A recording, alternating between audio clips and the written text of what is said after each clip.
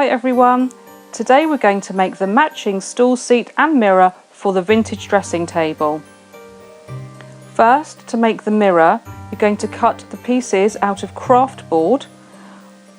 The top two are the same size, the next two are the same size, and then the last four graduate and get slowly smaller. It's optional how many mirror backs you have. I like to have 2 layers for the frame, and also you'll need as many mirror support layers as you've got frame layers. So because I'm going to have 3 layers in my mirror, 2 frames and 1 back, I'm going to have 3 support layers for the sides. Have a play and see which one or which depth feels the best to you or looks the best to you. I thought that 4 was just a bit too chunky for me, so I've gone for 1 mirror back and 2 frames. We're going to glue the bottom base layers in pairs, and I use Aleene's tacky glue for this. You could use a glue stick or whatever you've got to hand, and we just want a thin layer of glue. We'll glue them together and press them while they dry so that they dry nice and flat, and just make sure that you line up all the edges so that it ends up nice and square. This is my steel bench block that I like to use to press my pieces as they dry. You could use a nice heavy book too.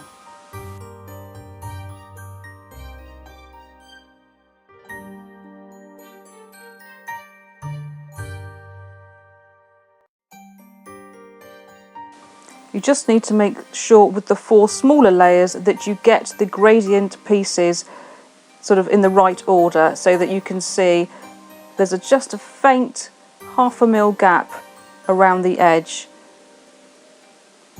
of each set of pairs so that they gradually get smaller.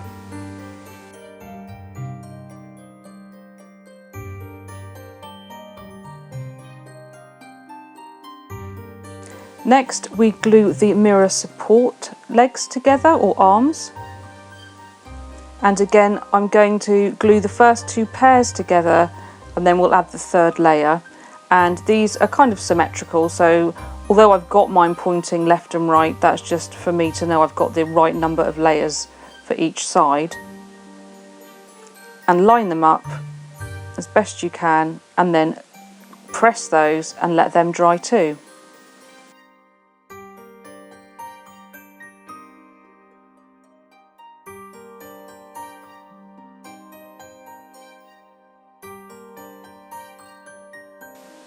So now we glue the 2 frame layers together, and you could have 1 layer, you could have 3 layers, this one's up to you. I would just always recommend that however many layers you end up with the mirror, sort of back and frame, you duplicate that for the supporting arms.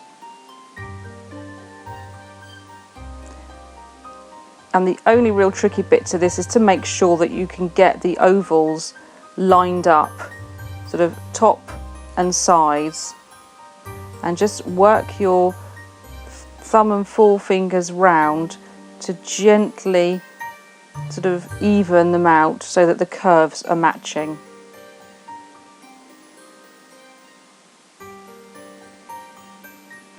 And then we'll press that while it dries too.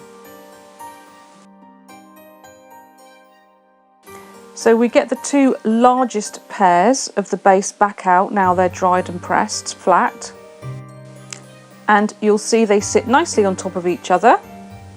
So we just glue them together. Always put the glue on the smallest piece, otherwise you'd end up with sort of a gluey edge around if you put the glue on the largest piece.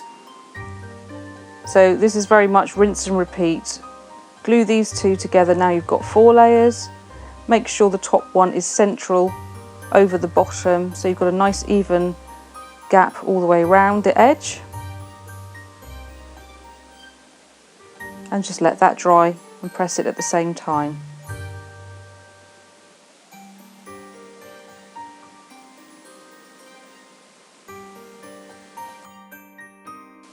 And we do the same for the smaller 2 pairs of layers.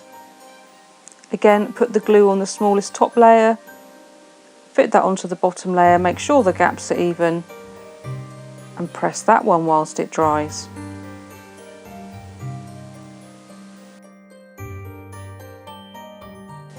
So now we get the 2 layered legs or support arms for the mirror,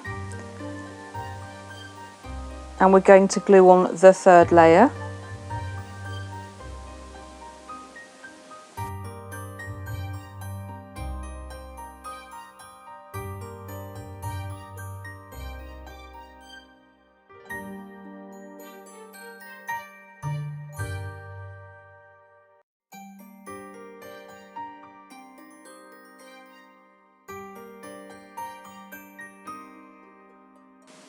Whilst they're drying, we now glue the frame layers onto the mirror back. At this point, you could put your mirrored surface onto the mirror back and then glue the frame on top of the mirrored surface. I've got some mirrored vinyl sheets which have a sticky back, and if I put this onto the back now and then put the frame on top, you'd see the edge of the mirror around the edges of the frame, which I don't want. So I'm going to glue my frame onto the back and then fit the mirror at the end. The pale aqua coloured shape in the SVG to use to cut the vinyl or acetate, whatever you're using, and that will fit exactly in the frame after you've glued it. So I just glue the frame onto the mirror back in the normal way and press it and leave it to dry. And then I will cut out my mirror vinyl. I'll show you how to do that in a minute, and I put that in after I've decorated my frame, because I'm painting these in the same chalky white spray paint that I've done the rest of the dressing table and bedroom furniture in. So once we glue the frame in place, just sort of shape it around again to make sure that the oval matches up with the oval of the back, and then we'll leave that to dry.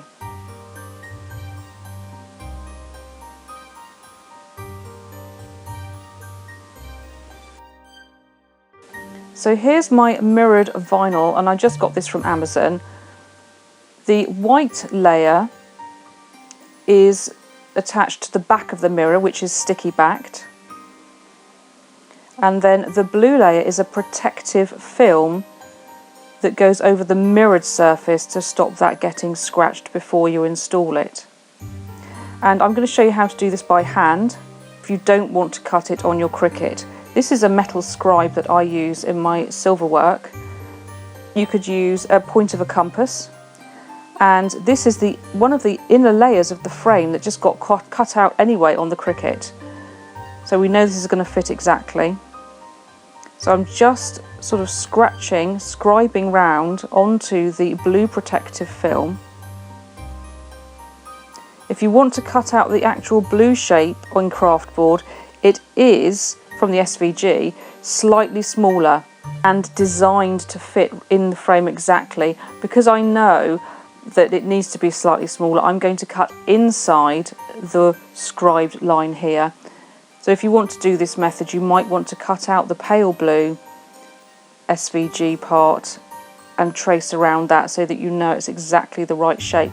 Especially once we've painted the mirror frame, you do lose some of the, or you add to the depth of the frame and lose some of the gap there. This mirrored vinyl, it's the first time I've worked with it, and it was very easy to use, easy to cut, glued in itself, and then took the blue layer off and it was perfect mirror underneath. But if you haven't got a steady hand, or you don't like cutting around corners with scissors, you could just do this in the normal way you would cut vinyl on your Cricut Maker. And then I'm just going to dry fit that now, because I know I've done a bit of freehand there.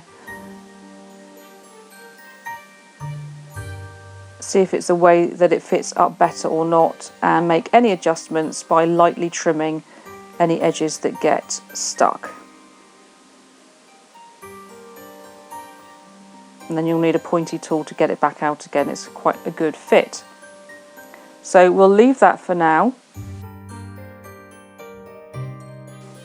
And we're going to glue the final pieces of the base together. So that's the 4 top layers onto the 4 bottom layers. Again, put the glue on the smallest piece.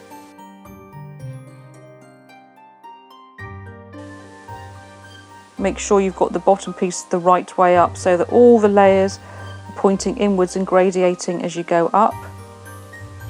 And if you don't like this particular profile, you could do more or less of any of the layers to make a thicker or shallower base. It's completely up to you.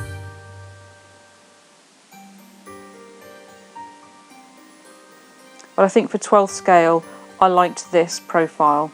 So again, we would just press that and leave that to dry.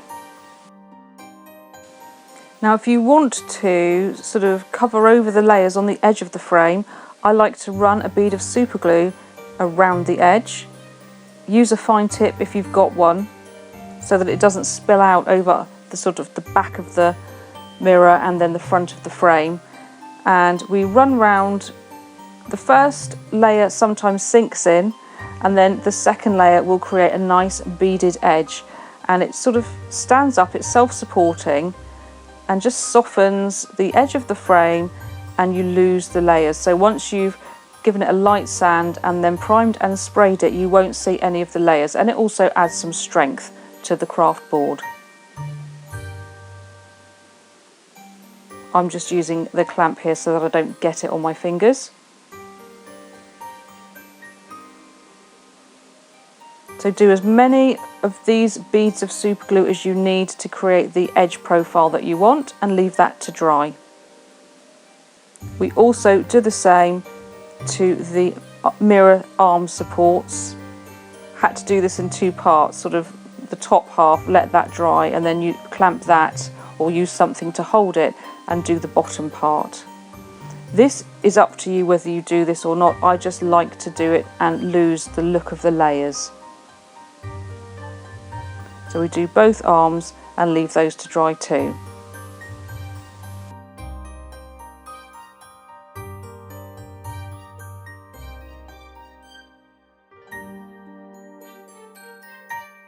And then if you want to, you can do the same for the base pieces. You might like the look of the layers for the base. If not, just run the super glue over it and it will soften them slightly.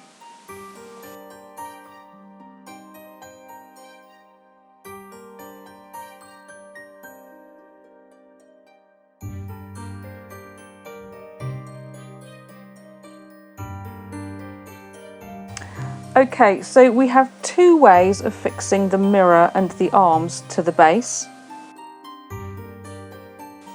You can take a ruler and push it up so that the arm supports, you know, are level.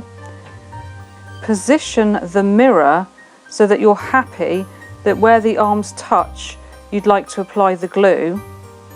And you could apply a dot of glue between each arm and the mirror and glue them in position that you're happy with and leave them to dry. This will result in the mirror being flat and in the same angle as the arms. If you'd like the mirror to be at a tilted angle to the arms and the base, you need to put the arms in on the base first, upright and perpendicular to the base, and then glue the mirror on at an angle. You also have a choice which way round you want the arms to go. They will fit this way round as well. So decide which look you prefer, and that will help you to know which way to glue the arms on to the base. I just use super glue to quickly fix mine on. You could also use tacky glue and just put a very small bead on the bottom edge.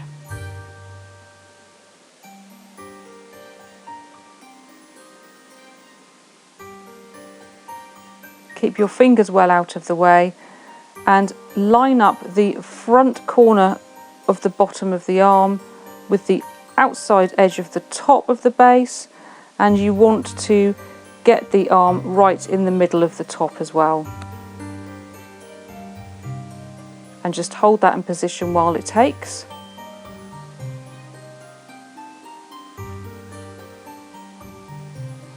And do the same with the other side.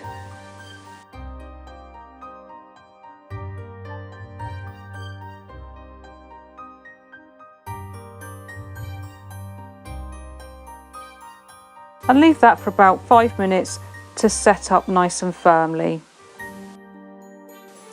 Once that's dry, you can decide on the angle that you would like to glue your mirror.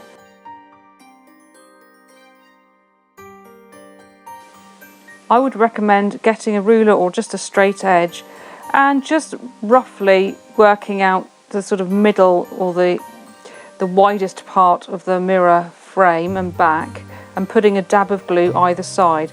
You could mark this out in pencil and measure it if you want to. I'm just eyeballing it as usual.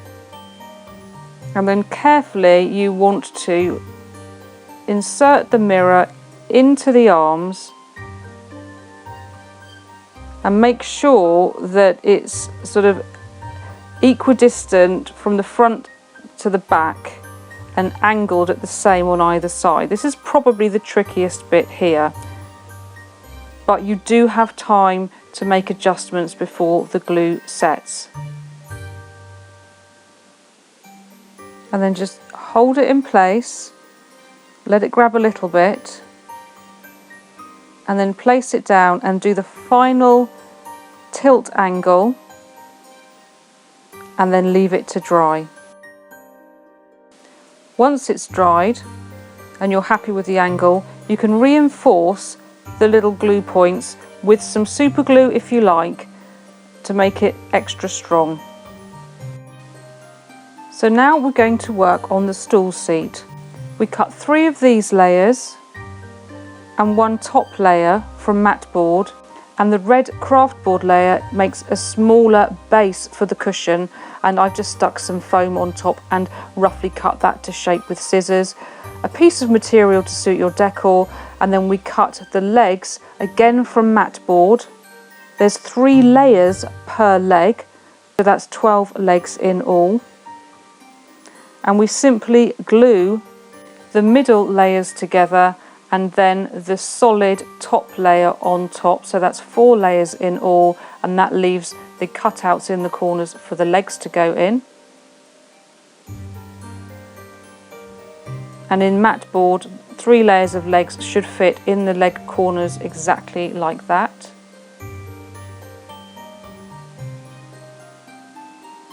You could put the layers of super glue around the edge of the top and the legs again and shape them if you wanted to, like the cabriole legs for the dressing table, and I'll put a link for that video above.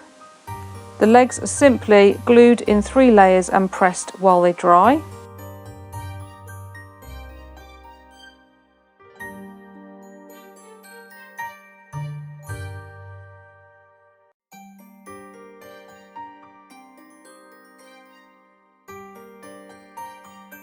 So we turn our attention to the upholstered stool seat.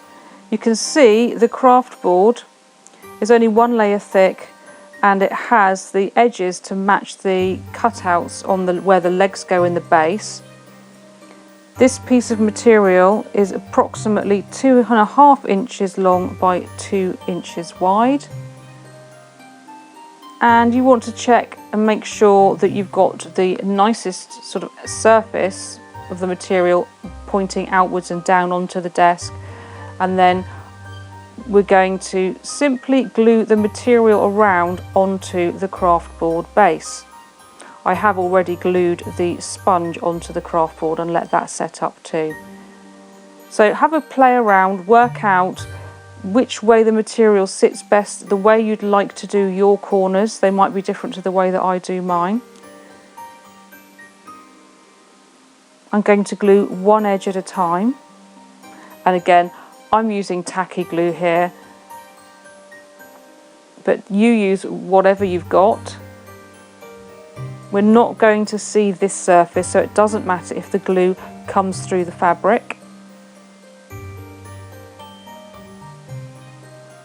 So if we glue both the sort of opposing sides, and that will help keep the material taut and pulled evenly, and make sure that it is by turning it over.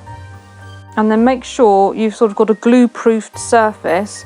You can put this glue side down and put a weight on top, and then that will make sure that the fabric stays in place while it dries. And then work out where you want to put your next folds. I've decided to bring the diagonal corners in first and get them nicely shaped.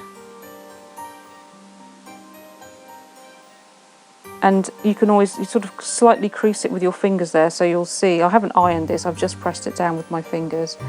Put the glue where you want to hold the crease.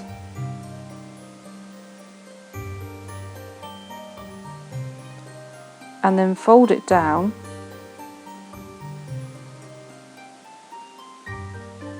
Again, making sure that from the sort of top side, the bit you're going to be looking at when it's actually in place, that it has a nice even edge and corner, and that when you fold that bit down, that's the look that you want to achieve.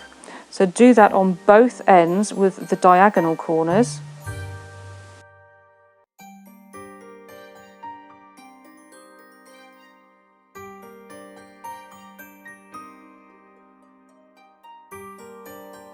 And when you're happy with the shape, again, turn it over and press it down until it dries.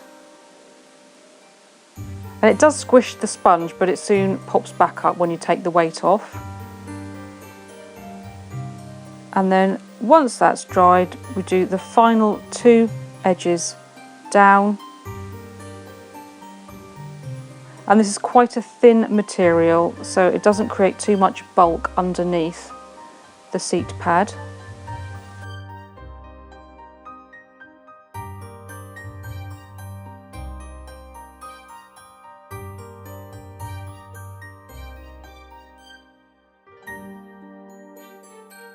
And when you're happy with the shape, again, press it down until it's dried. Once you're happy with your layers, especially if you've super glued and sanded the edges down and whether you've shaped the legs or not, and again, go and check out the dressing table video for how to do that. You can fit the legs. They're nice and square and should fit in and self-locate into the corners. So you want to put glue on the top of the leg, the back of the leg, and just a bit on either side near the top, not too low down or it will stick out of the bottom. And then just put the leg, making sure it's the right way round, into the hole. Wipe off any excess glue that has squeezed out, and then just make sure it's pushed in firmly up to the top and down to the side and back, and repeat for each leg.